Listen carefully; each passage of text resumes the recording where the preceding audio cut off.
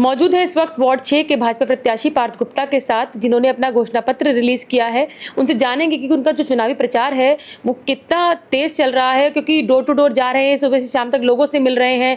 किस तरह के लोगों की जो परेशानियां हैं या जो लोगों की डिमांड्स हैं उनके सामने आ रही हैं, क्योंकि एमसी की जो है बहुत सारी जिम्मेदारियां होती हैं, ऊपर जो प्रतिद्वंदी हैं वो भी अपने मुखर होकर बातें कह रहे हैं। तो सभी के जो सवाल हैं पार्थ से जानेंगे। पार्थ, घोषणा पत्र रिलीज किया है, मुख्य मुद्दे क्या है घोषणा पत्र के, आप बताएंगे?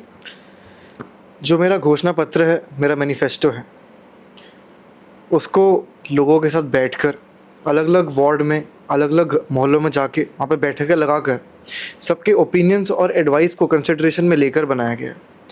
अगर मैं अपने सभी मुद्दों को समराइज़ करूं तो वो रहेगा safety, security, sanitation, roads, trees की ट्रिमिंग, पार्क्स, अपने जो सीनियर सिटीजन्स हैं उनकी केयर, जो युवा हैं उनके लिए फैसिलिटीज़। इसके अलावा और भी बहुत मुद्दे हैं। जो मेरा घोषणा पत्र है वो रिलीज़ हो चुका है, आप वहाँ जाके पढ़ सकते हैं। घोषणा पत्र रिलीज करने पर आपके प्रतिद्वंदियों का कहना है कि ज्ञानचंद गुप्ता जी ने कहा है कि 5,000 करोड़ रुपए का विकास हुआ है उनके कार्यकाल में, और कहते हैं कि दादा ने 5,000 करोड़ का विकास किया और पोते को घोषणा पत्र रिलीज करना पड़ गया। उस पर पार्थ गुप्ता क्या कहेंगे? देखिए, जो 5,000 करोड़ का विकास उन्होंने किया वो हमारी अचीवमेंट है, वो हमारा ट्रैक रिकॉर्ड है। पर जो हमारा घोषणा पत्र है वो हमारे फ्यूचर की तरफ एक कमिटमेंट है। ऐसा तो है नहीं कि एक बार काम करवा के छोड़ दिया तो आगे हम काम ही नहीं करेंगे, क्योंकि जो काम है वो चलता रहता है। It is not a destination, it is a journey, it's a process that keeps happening. तो जो विपक्ष के लोग ये बात कर रहे हैं, मुझे लगता है ये बात बहुत बेतुकी है, इस बात को कोई सरिया पैर नहीं है।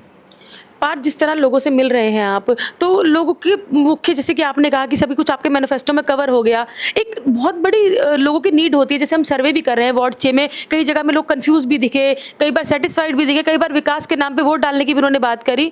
तो एक जो लोगों की सोच, एक रीच होती है, कहते हैं हमारे नेता तक हमारी रीच होना, उस रीच वाली चीज को कैसे पूरा करेंगे? क्योंकि लोग चाहते हैं कि जो हमारा एमसी हो उस तक हमारी रीच ऐसे हो कि जैसे अपने घर के किसी मेंबर को फोन कर दिया उन्होंने।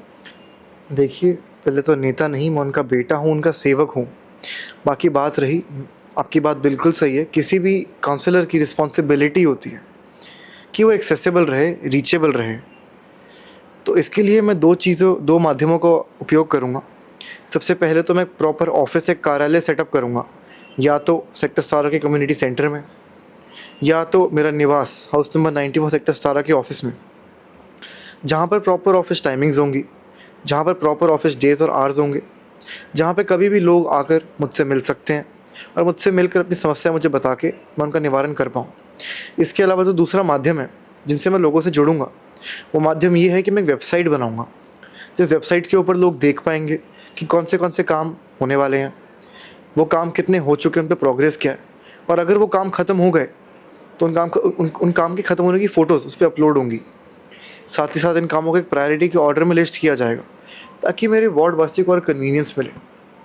देखिए, जागरूक रहना जो हमारे वार्ड के निवासी है उनकी रिस्पॉन्सिबिलिटी है, पर उनको जागरूक रखने में समर्थन देना मेरी रिस्पॉन्सिबिलिटी है। इसके अलावा जो मेरी वेबसाइट है उसके ऊपर एक कंप्लेंट बॉक्स भी होगा, ताकि लोग घर बैठे बैठे अपनी कन्वीनियंस के अंदर मुझे कंप्लेंट्स बता पाएँ, अपनी दिक्कतें बता पाएँ। और इस वेबसाइट के ऊपर मुझे कांटेक्ट करने का इन्फॉर्मेशन भी होगा, चाहे मेरा सोशल मीडिया हो, चाहे मेरा ईमेल हो, चाहे मेरा फ़ोन नंबर हो। पार्थ, कई राज्यों में भाजपा ने जो प्रचंड जीत हासिल करी है, क्योंकि आपके दादाजी ने जो है स्टेट लेवल पर काम किया है और भारतीय जनता पार्टी काफ़ी वर्षों से में वो अग्रसर हैं। तो इस भारतीय जनता पार्टी की इस जीत का श्रेय किस तरीके से आप देखते हैं, और पंचकुला इलेक्शन पर इसका कितना फ़र्क पड़ते हुए देखते हैं? देखिए, आज का जो दिन है,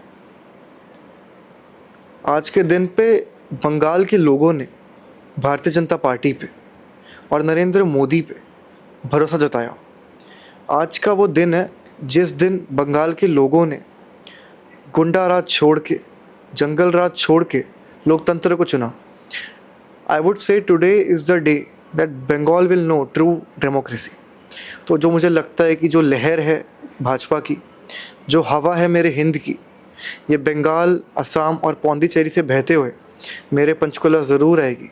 और जब ये मेरे पंचकुला आएगी तब यहाँ पे हमारे मेयर श्यामलाल बंसल जी भी जीतेंगे, हमारे 20 के 20 पार्षद भी जीतेंगे। और मुझे पूरा यकीन है कि जो ये लहर है, जो ये हवा है, ये मेरे पूरे पंचकुला को भगवा रंग देगी।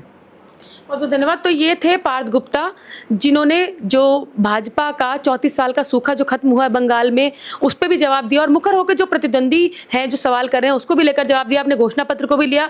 लगातार हमारे साथ बने रहते हैं और आगे भी जिस तरह का चुनावी प्रचार होगा तो हम आपके साथ जानकारी साझा करेंगे। आप देखते रहिए पंचकुला ऑब्जर्वर लाइव।